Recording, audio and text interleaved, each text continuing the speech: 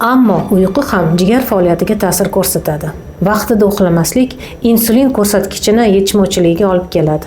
Doimiy tungi ish rejimi va kech yotish metabolizm buzilishlariga olib keladi. Tunda uyqusizlik va biologik ritmni buzilishi. Buning oqibati jigarni yog' bosish holatiga olib keladi.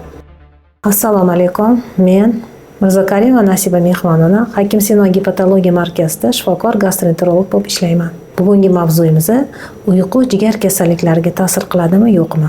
Ko'pchilik jigardagi muammolar noto'g'ri ovqatlanish yoki spirtli ichimliklarni iste'mol qilish bilan bog'laydi. Ammo uyqu ham jigar faoliyatiga ta'sir ko'rsatadi. Jigar organizmda toksinlarni zararsizlantiradi va gormonlar va energiya almashinuvida ishtirok etadi.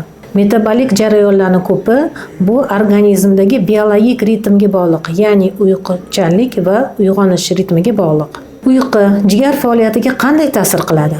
Uxlash vaqtida organizmni tiklanish davri kechadi. Ya'ni bu vaqtda jigarda kuchli metabolik jarayonlar kechadi.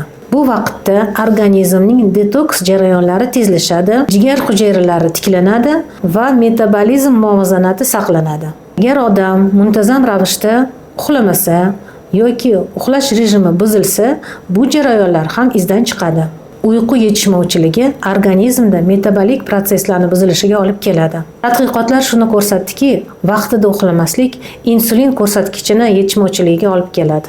Insulin rezistentlik holati esa yog' almashinuvi buzilishiga, buning oqibati jigarni yog' bosish holatiga olib keladi.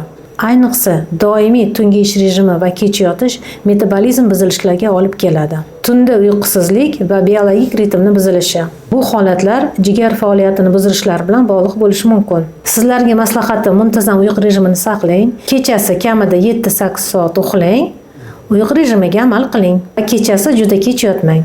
Bu nafaqat miya, balkim jigar salomatligi uchun ham muhim. Izohlarda siz bir kunda necha soat uxlashingizni yozib qoldiring va bizning kanalga obuna bo'lishni unutmang.